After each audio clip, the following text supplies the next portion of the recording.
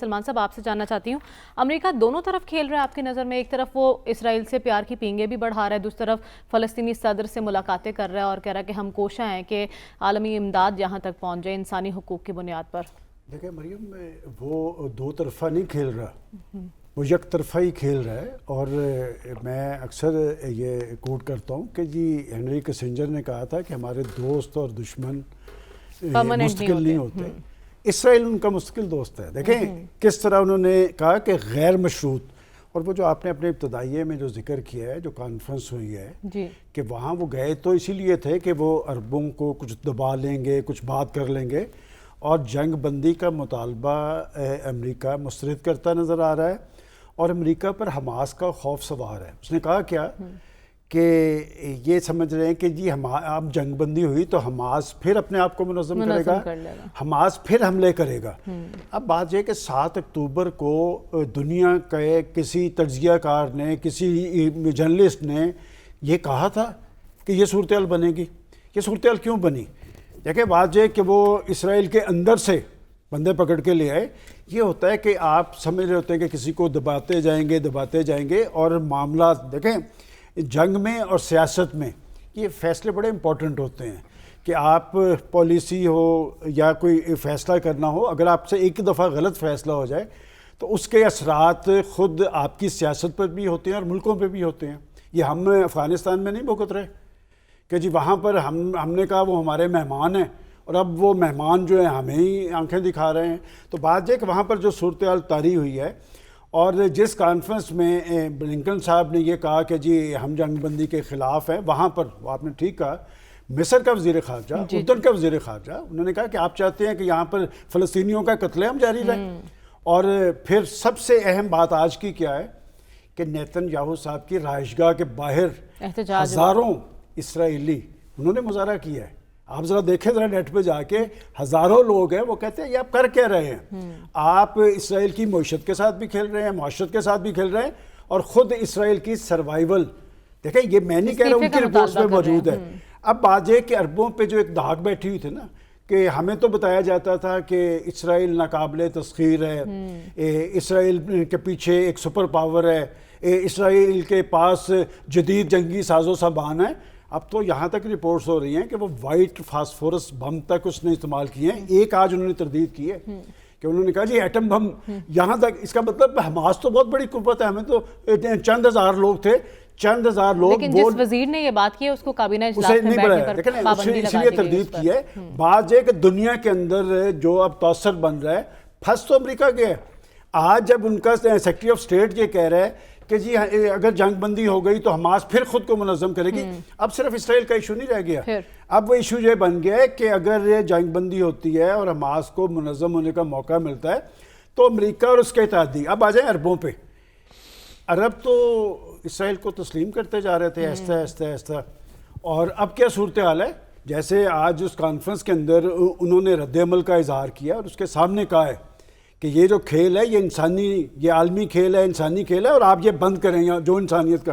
اب کوئی دن ایسا نہیں آ رہا کہ آج کے جو فگرز ہیں 9558، اس میں سے 4500 بچے ہیں، اور آج وہ امریکہ میں ان کی کانگریس کمیٹی میں جو رد عمل سامنے آیا ہے، امریکی کانگریس کمیٹی میں 14 ان کے سینیٹرز نے لیٹر لکھا ہے کہ یہ بھی بچے ہیں، ہمارے بچے ہیں تو یہ بھی بچے ہیں۔ اور بات یہ کہ آپ وہ جو انسانی حقوق، وہ جو انسانیت کے دعوے دار، وہ جو دیکھیں مہذب دنیا کا لفظ ہم استعمال کر رہے تھے، مہذب دنیا نے تو مہذب دنیا ہونے کا ثبوت دے دیا، اس لیے کہ دنیا کے اندر ہر بڑے شہر کے اندر بڑے بڑے مظاہرے ہو رہے ہیں، اس کا مطلب ان کے ہاں انسانیت ہے۔ اب آ جائیں ہمارے عالم عرب کے اندر، دیکھیں ہماری ایک مجبوری رہی ہے، اور ہم یہ دیکھتے تھے سارے ادھر، اور مجھے تو اچھا لگا فضل الرحمان صاحب کی سیاست کے حوالے سے تو ہم سمجھتے تھے، لیکن فضل الرحمان صاحب کا وہاں جا کے خالد مشعل سے ملنا اور حسین ہنیہ سے ملنا، یہ بہت بڑا میسج ہے۔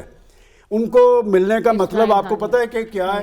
اس کا مطلب فضل الرحمان نے جرأت ظاہر کی ہے، اور پاکستان کے عوام کے دل، آج آپ کسی کے گھر چلے جائیں سب سے پہلے فلسطین کی بات ہوتی ہے، بچوں کی بات ہوتی ہے، ظلم و بربریت کی بات ہوتی ہے، حماس کا کریڈٹ ہے۔ اور بات یہ کہ جو قومیں سروں پر کفن باندھ دیں نا، وہ اپنی سرزمین سے، انہیں اپنی سرزمین سے کہتے ہیں یہ بے دخل کر دیں گے، وہ کہتے ہیں اپنی سرزمین پہ مریں گے، یہاں سے نہیں جائیں گے۔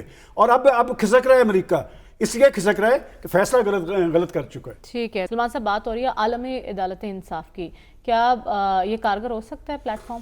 دیکھیں ہر آپشن کو ایسی صورتحال میں بروئے کار لایا جاتا ہے. آپ طیب اردوان کا ذکر کر رہی ہیں. طیب اردوان نے اقدامات کیے ہیں. آپ کو پتہ ہے کہ ترکی اسرائیل کو تسلیم کر چکا ہوا ہے، لیکن جب لیڈرشپ ہو، جب اس طرح کی قتل و غارت کا سامان ہو تو طیب اردوان نے جرت دکھائی ہے. سب سے پہلے اس نے کیا کیا؟ اس نے تل ابیب سے اپنا سفیر واپس بلایا. پھر اس نے کہا کہ ان سے بات چیت نہیں ہو سکتی اس لیے کہ ان کے ہاں انسانیت ہی نہیں ہے.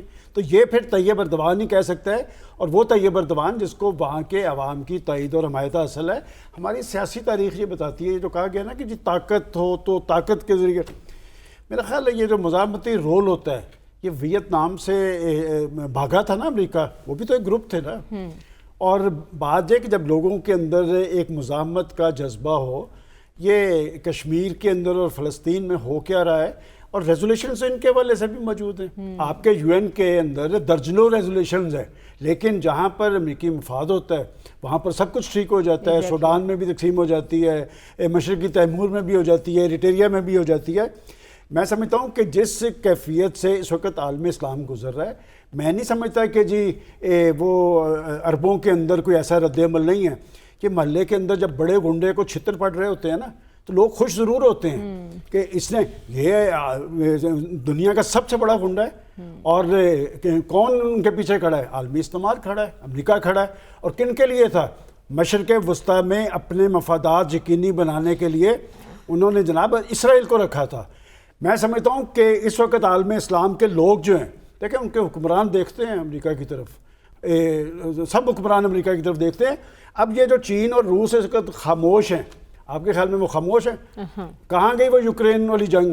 اب امریکہ کی ترجیح یوکرین نہیں ہے، اب اسرائیل ہے. اس لیے کہ اسے پتہ ہے اس طوطے میں اس کی جان ہے. اور جو کچھ اسرائیل نے کیا ہے، جیسے ابھی بات کی جا رہی ہے کہ وہاں کے لوگ بھی اگر سڑکوں پہ آ گئے، تو یہ مجھے لگتا ہے کہ اسرائیل کو بچاتا بچاتا اسے اپنی پڑ جانی ہے. اور ان کے الیکشن بھی سر پہ ہیں، اور وہاں پر جو رد عمل ہو رہا ہے، یہ بات درست ہے کہ وہاں پر لابیز ہیں، وہاں پر جوز نے جلوس نکالے ہیں.